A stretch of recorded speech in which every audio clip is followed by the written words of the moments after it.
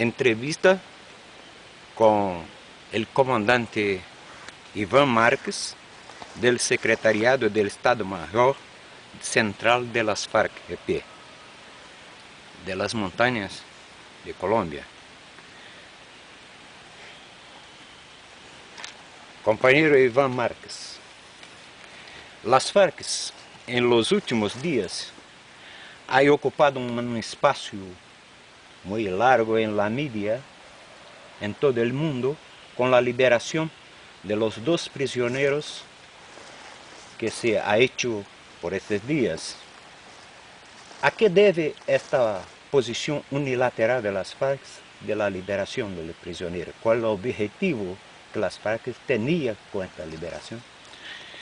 Sí, la liberación de Clara Rojas, es candidata a la vicepresidencia de Colombia, y de la excongresista Consuelo González de Perdomo, obedeció a un gesto de desagravio de las FARC Ejército del Pueblo al presidente de la República Bolivariana de Venezuela, quien había sido excluido de manera grosera por el gobierno de Uribe de esa labor tan importante y tan eficaz que estaba realizando de intermediación humanitaria, y que estaba a punto de arrojar los primeros resultados concretos luego de la conversación que sostuviéramos en el Palacio de Miraflores.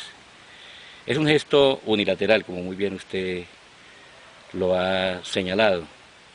Además, el presidente Chávez nos había pedido algo semejante y consideramos nosotros oportuno, ante esta circunstancia producida por el gobierno de Bogotá, proceder con la liberación de estas 2 personas que se encontraban en nuestro poder como prisioneros de guerra. Muy bien. Comandante, ¿cómo las FARC valoriza la situación con esta proyección, con todo el proceso que ha ocurrido após la liberación de los prisioneros? Considero que se ha operado un avance en esta difícil lucha por concretar el canje de prisioneros de guerra. De esta batalla que hemos librado, en primer lugar por el reconocimiento de FARC como una organización política militar, cuestión que inexplicablemente desconoce el señor Álvaro Uribe Vélez, quien además dice que en Colombia no hay conflicto armado. Actúa como una persona enajenada, está totalmente desligada de la realidad. Este es un conflicto que lleva ya más de 40 años, que igualmente se están desarrollando unas acciones militares continuadas por parte del Estado contra nuestra organización. Si no hubiese conflicto armado, entonces no habría necesidad, por ejemplo, del Plan Patriota, que es el componente militar de la seguridad democrática diseñada por el Comando Sur del Ejército de los Estados Unidos, y que busca fundamentalmente aniquilar el movimiento armado colombiano y sobre todo atropellar la lucha que se libra desde el pueblo, la lucha de las organizaciones populares, sindicales y políticas. Desde un comienzo hemos propuesto, primero, que mientras persista el conflicto en Colombia, se estudie la posibilidad por parte del Congreso de la República de aprobar una ley de canje permanente que facilite resolver estas situaciones y evitarle así el sufrimiento prolongado a los cautivos en esta situación. Pero el gobierno ha interpuesto una cantidad de razones que no son más que pretextos. Por ejemplo, que no está en la Constitución, que no es legal. Pero nosotros sabemos que si no es legal, se puede presentar un proyecto de ley.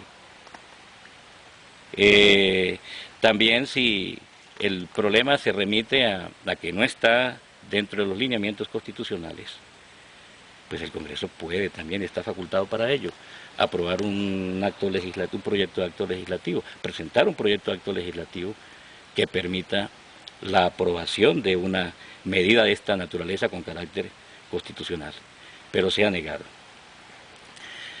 Por otra parte, el gobierno, sobre todo el gobierno de Uribe, cree que no debe realizar con nosotros un intercambio humanitario, porque esto nos puede, de hecho, dar un estatus como fuerza beligerante. Por otra parte, dice que no haría un canje de prisioneros con una organización que él considera terrorista. Más terrorista que estos gobiernos de la oligarquía en Colombia no hay. Más terrorista y violenta que esta oligarquía santanderista de Colombia no existe en nuestro continente. Debemos nosotros recordar aquí que la historia de Colombia ha sido una historia violenta, propiciada por los desafueros desde el poder.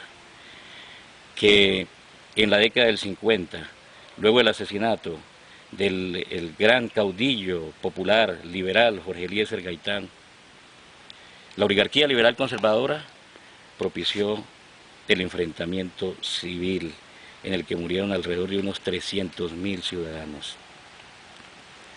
En una guerra sin reglas, con una violencia desbordada, en la que se decapitaba a las personas, se abría el vientre a las personas, se torturaba, se incendiaban las viviendas, se destruían los cultivos, se ejercía el terror en el campo, lo que produjo un gran desplazamiento de población en ese entonces.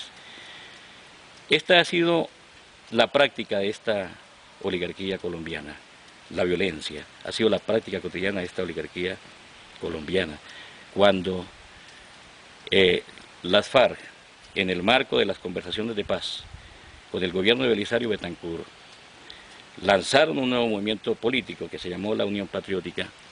Este movimiento político fue prácticamente barrido a plomo por las oligarquías, por el ejército y sus grupos paramilitares.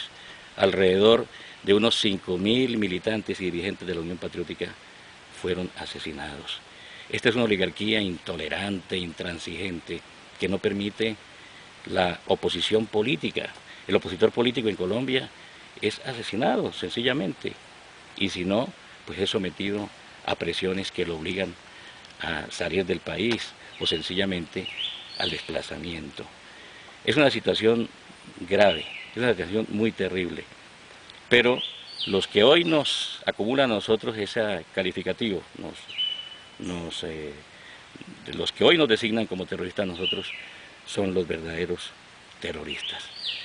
Estamos en una tarea muy grande de contactos con las distintas organizaciones políticas y sociales del país para ver cómo construimos una alternativa que nos permita, una alternativa política que nos permita salir de esta oscura noche.